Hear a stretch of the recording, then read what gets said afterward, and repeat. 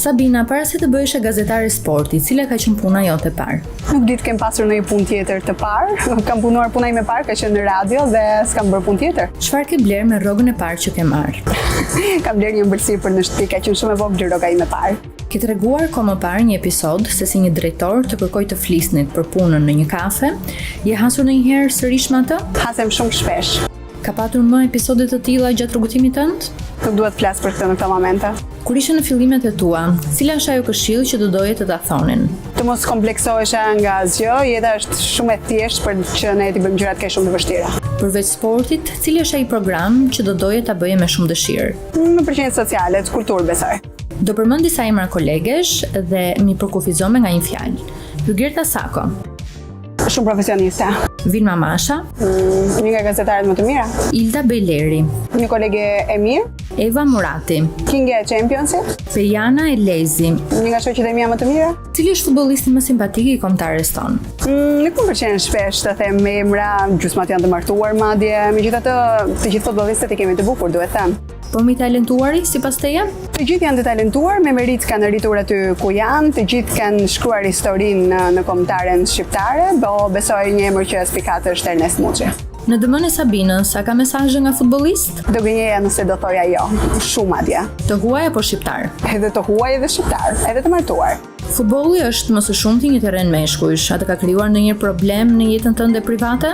Më krijon çdo herë, jo vetëm ndonjëherë, më krijon ende derisa shqiptarët të kuptojnë në fakt që nuk ka më bariera, të kuptojnë që nuk janë më tabu pjesëmarrja e femrave nëpër stadiume në këtë profesion pikërisht. Deri atëherë do të jetë e vështirë për gjitha femrat, jo vetëm për mua. Me që jemi këtu, cili është statusi i Sabinës?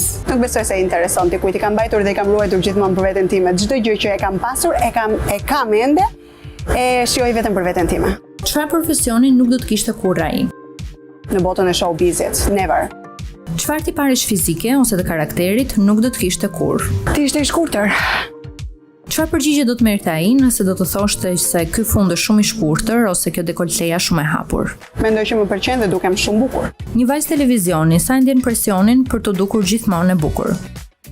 Të gjitha vajzat, jo vetëm unë, por përgjithsisht për të ruajtur edhe modestin, nuk e kam ndier ndonjëherë presionin, duke qenë se më ka falur në natyrë, ashtu siç më ka thënë edhe mami që më ka bërë me qef, nuk më mungojnë tiparet. Kështu që nuk është një impresion i madh për mua. Po presionin e gjuhës së urrëties në rrjetet sociale e ke ndier? Është i tmerrshëm, e ndjej jo vetëm unë, po të gjithë njerëz të frustruar që e vetmja gjë që bëjnë është nëpërmjet tastierës të shkruajnë dhe të shkruajnë gjithë inatin dhe mbledhin e tyre. Nuk kam marrë kur guximin të hap një Instagram fake apo një adres fake për të shkruar, për të lënduar dhe për të bërë keq dikujt. Si është Sabina në një debat, ai personi qetë dhe logjik apo që e thot fjalën e fundit të parën? Fjalën e fundit të parën më karakterizon kjo, jam pak impulsive, gjë e keqe, I know, but Ka tipare të karakterit tënd që do doje të ndryshoje? Sa po e thash, impulsiviteti. Më mungon durimi, një nga gjërat më kryesore, e vështirë për të rregulluar, por gjërat e mira bëhen avash avash. Është një nga gjërat që luftoj dhe përpiqem më tepër. Po në pamjen e jashtme. Vdisha të jem një gocë holl, të vesh një fustan dhe të më ri yll. Megjithatë, gjithmonë kështu kam qenë, me sa kilogramë shumë, por nuk më ka penguar për asgjë në jetën time profesionale as në të private. Më kam pëlqyer gjithmonë kështu siç jam. Sezoni i ri ku dhe si do të gjej? Sezoni i ri në shtator, pikërisht aty ku jam, me projekte të reja që do t'i zbuloni shumë shpejt, sigurisht në sport. Big Brother e ke konsideruar ndonjëherë? Të treja herët e kam marrë ftesën, pa diskutim që e kam konsideruar, megjithatë nuk ka qenë momenti sepse kam qenë angazhuar me emisionet e mia, me gjërat e mia profesionale. Megjithatë është sfidë e vështirë Big Brother, do ta konsideroja në një moment të dytë, është një sfidë me veten time për të qëndruar mbyllur. Nuk jam njeri që do rritet mbyllur, never. Mendon se do ishe një personazh interesant, çfarë do sillje ndryshe? Mendoj që nëse do të futesha, do ta fitoja. Kështu jam edhe në jetë. Çdo gjë që bëj, ose e bëj ose nuk e bëj fare. Faleminderit. Faleminderit ju.